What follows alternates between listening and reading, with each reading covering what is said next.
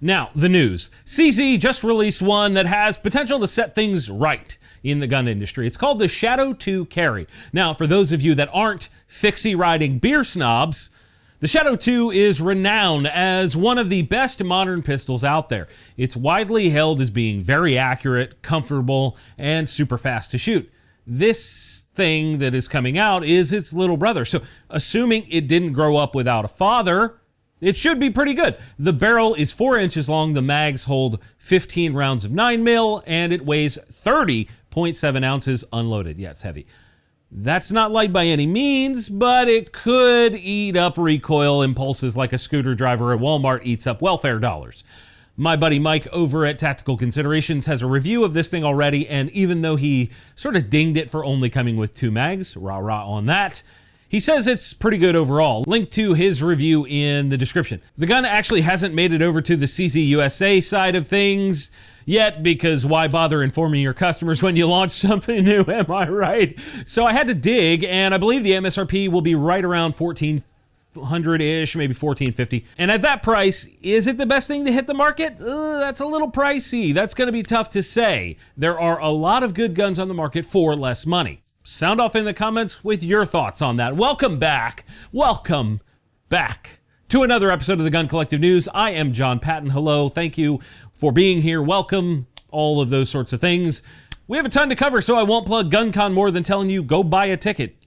GunCon.net is where you can do that. We'll see you June 28th. Get them before they sell out. Moving on, Henry has finally released something from their special products division. They teased this new division earlier this year, and now we have one called the Hush series. Long story short, there are 5 different versions of this: 357, 44 mag, 45 Colt, 30-30 Winchester, and 4570 Government, all with the core thought of being suppressed. That means they all have the side gate loading, which hasn't always been standard on Henry rifles, and not only that, but you have an M-LOK handguard that was done in collaboration with Tapco, and a BSF barrel that's been made with a stainless steel core that's been wrapped in carbon with an air gap in between. They say that this leads to less weight, better cooling, and also better temperature stability. That's very good. All of that is very good. The pick rail on top of the receiver even gets an interesting treatment. It's made from forged carbon fiber. MSRP here across the board is $2,000. For me, the one to get is the 44 mag, but I'd also enjoy the 4570 with some subsonic loads as well. That'd be a lot of fun. I'm genuinely excited to see Henry fully stepping into the modern lever gun era with this lineup. This is the kind of stuff people want. It is a little expensive, but this is cool. Speaking of modern lever actions, Rossi has released 4 new versions of their R95 under the triple black pistol lineup. Yeah, pistol lever guns. You can get them in 357, 44 mag, 4570, and 454 Casull. They all have 13¼ inch barrels, and supposedly they all hold 4 rounds in the tube, but I find that unlikely because the cartridges aren't all the same length. Seems like lazy copy-paste stuff in the specs. Do better. Either way, the 357, 44, and 454 have an MSRP right around $1,275, and the 4570 goes for $1,322 MSRP. How many of you guys are brave enough to shoot full power 4570 out of something like this? That seems like a recipe for fingers getting crushed inside that loop when it recoils. That doesn't sound fun. They do have threaded barrels on these guns, so you could rock them suppressed, which would help with that recoil and be pretty rad. Maybe that's the trade-off. Sure. Also is a new one from Fusion Firearms. It's called the XF Pro. Now, tons of you guys have been asking us to review the XP Pro, which is a 2011 style thing that takes Glock mags, and we have that review in the works. It's sitting right there. But this one is a striker-fired option that uses Glock mags. Again, this seems to be their take on the Glock Gen 3 clone thing with an aluminum frame. We've seen this before. This one does look a little bit different. The barrels are 4-inch. They take 15-round Glock mags. Like I said, it comes with 2, which is a war crime, and the slides are optic cut and accepts plates for RMR or RMSC optics. It looks pretty decent, sure. And the MSRP is appealing as well at $499 for the all black and $550 MSRP for the other colors. In my experience, metal frame Glocks are typically not great. So we shall see if these buck that trend. Fusion will be at GunCon, so you can come see these guns for yourself if you've got a ticket. There's another reason to be there. SIG is back in the news this week with a new gun called the 320 MOD. This is a Max Michel off-duty pistol. Max Michel is one of their sponsored shooters, if you're unaware of that. He's a nice guy and can shoot the lights out. They say that this one combines the features of some of their most iconic competition-winning models with purpose-driven features for a duty pistol. And what I think the 320 is more iconic for is going off in holsters, and then SIG swearing it's an attack from anti-gunners, and then swapping their manuals to say, don't carry with one in the chamber. That all happened. I think the whole debacle of the 320 going off is just a mess. That's more iconic than any individual model of the gun itself. The MOD pistol comes with 3 21-round mags, which is nice, 3.9-inch barrel and a ported slide. That's also optic cut, a flared magwell on the X-Series grip module, and the trigger is also a flat X-Series trigger. It looks pretty nice. However, since SIG doesn't list prices, you're just going to have to make that up in the comments. That'll be interesting to see. I enjoy the 320 pistols, but god damn, they are not doing a good job handling that mess. They're just not. You know who can help you handle trauma in a really good way? This week's sponsor, Medical Gear Outfitters. Whether you're looking to get an IFAK for yourself like the Civilian Medical Trauma Kit, or maybe something a little bit more diverse to keep in your truck like the Overlander First Aid Kit, they've got you covered. They even have one called the Mom First Aid Kit that has everything you can think of for minor boo-boos all the way up to major trauma. These kits from Medical Gear Outfitters will help you stay prepared for anything, and to make it even more affordable than it already is, use the code TGC10 for 10% off at medicalgearoutfitters.com. Big thanks to MGO for supporting TGC. We really appreciate them. I have their med kits in my vehicles and take them wherever I go. Legitimately, that's true. Let's keep it rolling with this week's Friendly Fire question. If you want to ask me a question, slam it down in the comments with the words Friendly Fire so I can go back and find it. Wade Whitley says, any relation to General Patton? Me. Am I related to him? No. Based on age, that would make him my grandfather, and while my grandfather was awesome, he was not a general. SRO Jack says that he's a new gun owner and wants to know if he should build or buy an AR-15. Well, there are tons of decent, affordable rifles these days, and at the same time, building one can help you understand how they fit together and function together and what pieces do what. I guess I'll say build one on your own. Mine, sitting back here, was Project Broadsword, my 50 Beowulf. And Brent Hamby says, which gun on the wall back there is your favorite? Well, that's a toss-up between this one, or this one.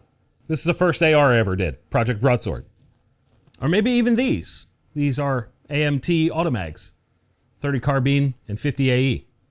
Pretty cool. If you want me to do videos on any of these guns, just let me know in the comments. My friendly fire question to you guys is, what new gun has you the most excited these days? We've seen tons of stuff come out recently, and I'd love to know what gets you guys excited.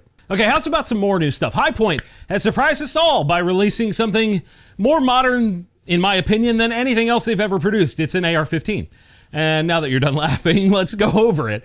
You'll be able to get it in a pistol or rifle variant, and the pistol versions have a 10.5-inch barrel, and the rifle has a 16-inch. Otherwise, they're pretty straightforward, exactly what you see. The 5.56 versions will have a carbine length gas system, and the 300 Blackout will have a pistol length. The rifle will only be available in a 16-inch 5.56, and the pistol will be either 5.56 or Blackout with a 10.5-inch barrel. The thing that makes these very appealing is the price. I'm told that the pricing will be under $500 MSRP, and they will be coming out next month. And guess what? You guys will be able to see them in person if you come to GunCon in Cleveland, Ohio on June 28th. High Point will be there, and you could go check that out, and that'd be fun. And I could see you and give you a high five. And you could come see my good friend Tony Simon, who is hilarious and runs The Second Is For Everyone. Hi, Tony. IWI has two new ones for us this week. First is the new Zion 25, which is the big brother to their Zion 15 rifles.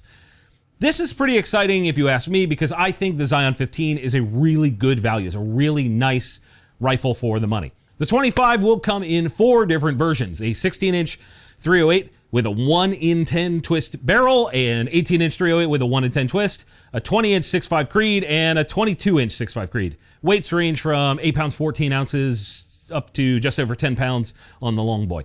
They all have an M-LOK/ARCA handguard and a Timney 2-stage trigger, which is really nice. MSRP is $19.50 across the board. IWI also released something I never really thought they would do. It's called the Maftia. It's a 12-gauge recoil-operated smoothbore shotgun. And if I'm not mistaken, this falls under the term firearm or other rather than actual defined shotgun, but don't quote me on that. The mag tube holds 5 rounds of 2 3/4-inch shells. It weighs 5 pounds 11 ounces, and the top of the receiver is also set up for MOS pattern optics or a pick rail if you so choose. It looks like a load of fun. MSRP is $1,000. And weirdly, Mossberg released what is basically, I don't know if they planned this, it's basically the same shotgun called the 990 Aftershock. There are 3 versions available. First is the 14 3/4-inch barrel version that holds 5 in the tube. This one also has an enlarged loading port and slightly different bird's head grip shape. I don't know what to call that. And an M-LOK slot barrel extension thing for mounting a light or laser if you want. Both this Mossberg shotgun and the previous IWI shotgun will have a strap on the forend to hold on to the gun a little bit better, I guess. And the other versions of this gun are basically the same, but then there's one with an 18-inch barrel and the other has a Crimson Trace laser saddle on it. Okay. MSRP for the non-laser version is $11.20 and $13.02 for the laser version. Also in shotgun news, Fab Arm released a modernized side-by-side called the Infinite RS. The barrels are 32 inches long, it has 3-inch chambers, and comes with extendo chokes. On top of that, you have a tapered vent rib that is more modern in style and has a white front sight and a silver mid bead. That's cool. They're using Turkish walnut, and it can be had with an adjustable cone. The MSRP for this thing is just under $5,500 or $200 more for the left-handed version. Yes, that's a thing. I can't recall the last time I shot a side-by-side or a Fab Arm shotgun in general, but I would absolutely love to try one of these on a Clay's course. That looks like a lot of fun to me. Let's speed this up with some rapid fire news. JK Armament is also on the shotgun wagon this week with the new SGX 20 gauge. To my knowledge, this is the first 20 gauge can to hit the market. It's modular, made of 70-75 aluminum, and therefore is also lighter in weight at 21 ounces full size down to the 7.1 ounces at the 3.375-inch setup that will do nothing but disappoint you. MSRP here is $945. If you're running a lot of 20 gauge, would you grab one of these? I think it would be pretty rad and pretty dumb not to if you're doing that. P5 Systems is also in the news with a lineup of compact AR furniture. First is the P-Grip 22K, which is a small pistol grip for ARs for $20 MSRP. Then there's the Sierra K stock, which they say is optimized for PDW or compact weapon systems. It's all about being small and low profile, and for full functionality requires a shortened buffer tube setup, which they also sell. The stock is $61 MSRP, and the receiver extension / buffer tube thing is $135 MSRP.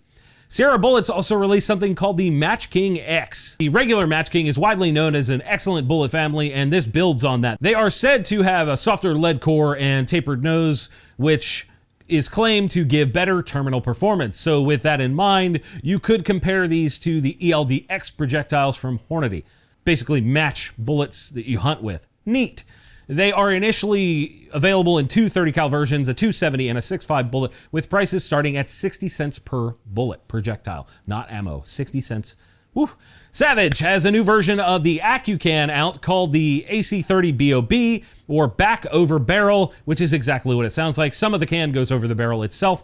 They say that this improves balance and adds internal volume without adding length to the overall setup. In my opinion, the benefit of this is minimal and not really worth the added weight or cost of this style of can. The regular AC30 has an MSRP of $800, while this one has an MSRP of $1,000. And don't forget, they don't want you firing more than 1 round per second with these for more than 20 seconds out of stretch without letting it cool. Thumbs down on that. With all the other incredible cans on the market, this is definitely not my first choice to spend $1,000 on. No effing way. Dead Air partnered with Ruger on the new RXD suppressors. I guess this is similar nomenclature to the RXM, which is a partnership with Magpul. So there are two cans on launch, the 22 Ti and 30 Ti. You can guess which does which because it's in the name. The rimfire can has an MSRP of $500 and the 30 cal is $1,100. They are using the same Triskelion technology that Dead Air has been pimping on their latest cans with printed internals, and they say that this 30 cal can is hunting focused, whatever the that means. It's a gun. It's like, is that lightweight? Is it gonna like target animals? I hate marketing. So I guess that just means it's lightweight. Hunting focused. Okay. The internals on this thing look pretty neat, and I hope for their sake that these are great. Cool. Moving on. Hornady just released a new cartridge, and it's called the 25 Creedmoor. This is building on the 6.5 and 6 Creedmoor heritage with a bullet size that is sort of right in between them at 6.35 millimeters. Initially, there will be a 128 grain ELDX and a 134 grain ELD match offering. Guns will be available from brands like Weatherby, Proof Research, Straight Jacket Armory, and a whole bunch of others. I'm actually a big fan of 6 Creedmoor. That's currently one of my favorite cartridges, so I'm curious if this really does anything noticeably different between those two. With all the new cartridges on the market these days, I'm having trouble keeping up, really.